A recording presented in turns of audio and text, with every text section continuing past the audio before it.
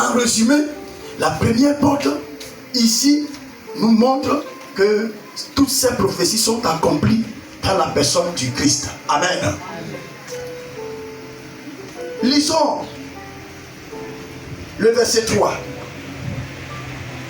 Le verset 3. Nous sommes dans notre texte de base, Jean chapitre 10, le verset 3.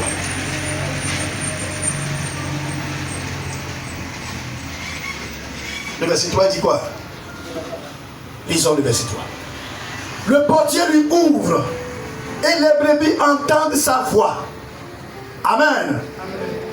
Le portier lui ouvre et les brebis entendent sa voix. Le portier ici, écoutez bien, le portier ici c'est le Saint-Esprit. C'est lui qui ouvre la porte de la bergerie à Jésus. C'est la première porte dont nous parlons. Parce qu'il est dit, la vierge tombera enceinte. Jésus est Dieu. Amen. Son trône est au ciel. Il n'est pas de cette terre.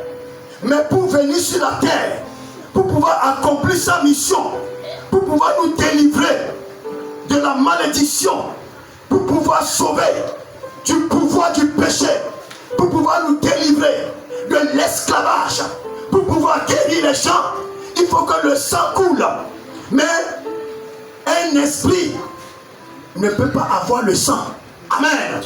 Dieu est esprit. C'est ce que la parole de Dieu nous dit. Alors il fallait que Jésus prenne chair. Il prenne la chair comme nous, 100% humain, pour venir mourir à la place de nous, les hommes. Amen. C'est pourquoi ici, Jésus déclare que le portier lui ouvre.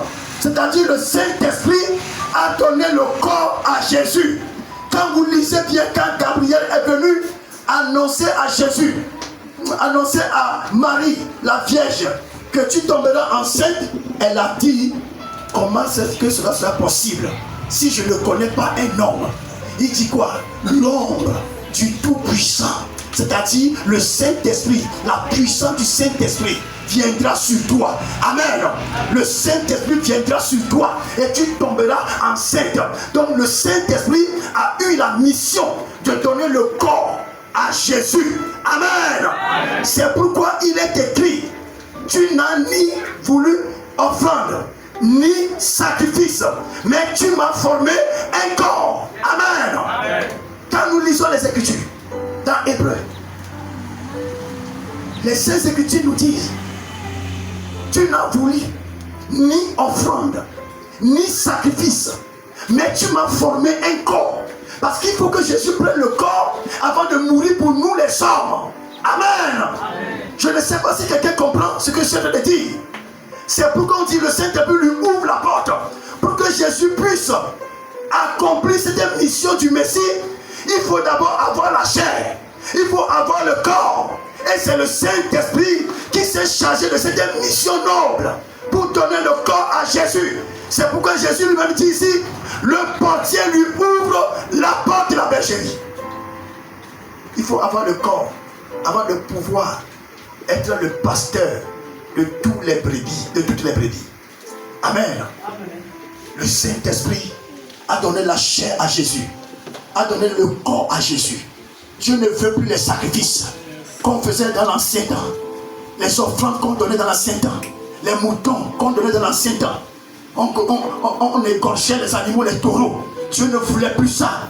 Mais il a donné le corps à Jésus pour venir mourir à la place des hommes, une fois pour toutes, pour que nous soyons sauvés, délivrés. Amen. Amen.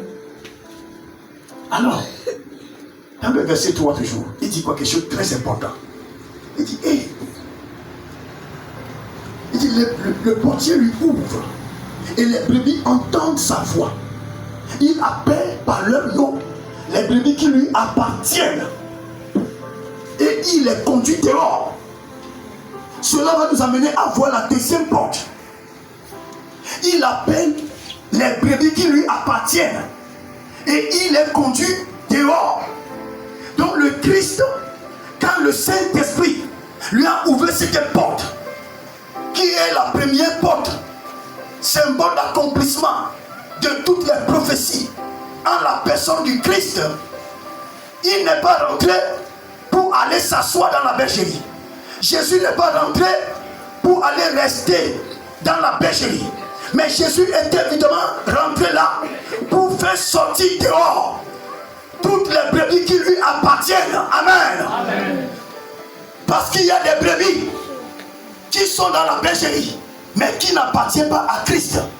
Comme beaucoup peuvent être à l'église, mais qui n'appartiennent pas à Dieu. Certains sont venus parce qu'ils cherchent le salut. Ils veulent rencontrer Dieu. Ils veulent se réconcilier avec Dieu. Ils cherchent à faire la paix avec Dieu. Ceux-là appartiennent à Christ. Mais il y a